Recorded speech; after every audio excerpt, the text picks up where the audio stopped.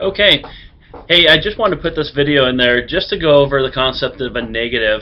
And for some kids that have been asking me, they're looking at it and for some reason the negative seems like a foreign concept. So I just wanted to show you a very easy way to kind of picture why we use negatives. And they actually help out quite a bit because they help us view things a little bit differently depending on what we're doing. And what you're looking at right now on the screen is simply kind of a mock-up of a bank account statement.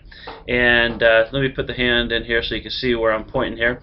Off to the left we've got the dates, and these are transaction dates. And if you wrote a check number or not, the actual transaction, the amount of that transaction, and then over here is the balance. And we'll fill a couple of those out. But there's really one concept I want you to get out of this, so this will be really quick. So let's look at this for a second. And we're starting off with a balance of $100. And what I want you to do is picture this as anything going into the bank or anything that we currently have in the bank saved up is a positive number. And anything coming out of the bank that we spend is a negative number. And that's going to help you in your mind frame why we use negative numbers a little bit. And so let me go to orange here and let's look at the first one. So on the third we had our first expenditure, and it looks like we wrote a check out to the grocery store, and we looks like we paid $34.57. So to find the balance, which we write in right here underneath the 100, we simply need to start where we started with $100, and we took out $34.57. So pretty easy. We've done this type of thing on our own many times. So you have $100, okay, and we took out $34.57. So just your typical subtraction problem, and if you do that, that gives you 65 and 43 cents left over.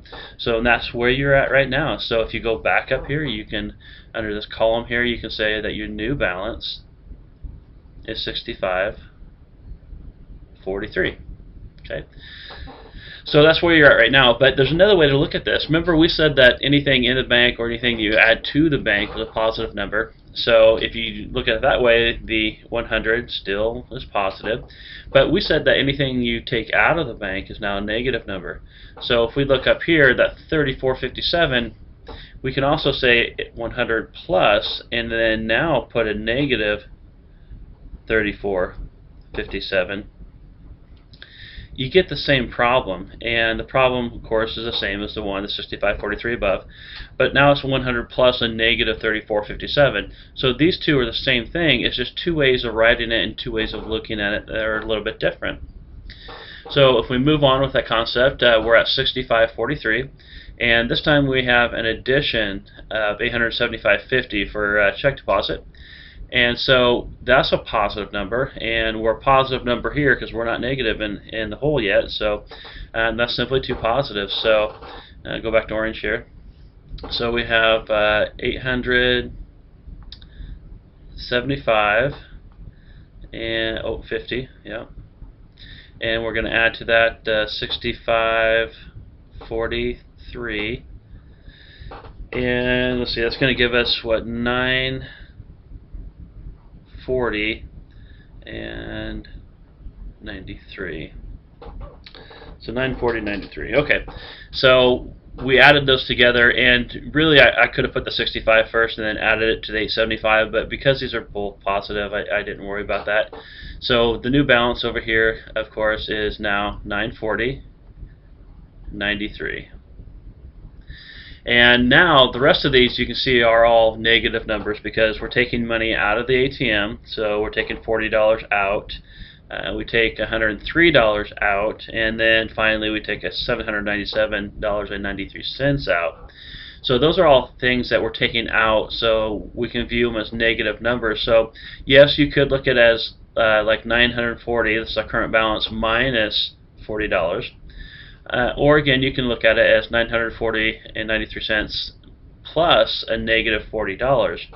And so that's really the concept that we're going for today. Is I just wanted you, and let me go to a different color, let's go back to white, is just to view these and realize that this is utilizing a negative number, but it's for the purpose that, you know, everything we take out is negative, everything we put in or add to it is positive. So that's one way to look at it. So when you see these problems, especially ones if we have it as fractions written down instead of just numbers, you can understand that even though we're adding these, we're subtracting, and that's why. So that's just two different ways of writing the same thing. So that's one way to look at negative numbers. I hope that helped, and let's move on to the next problem.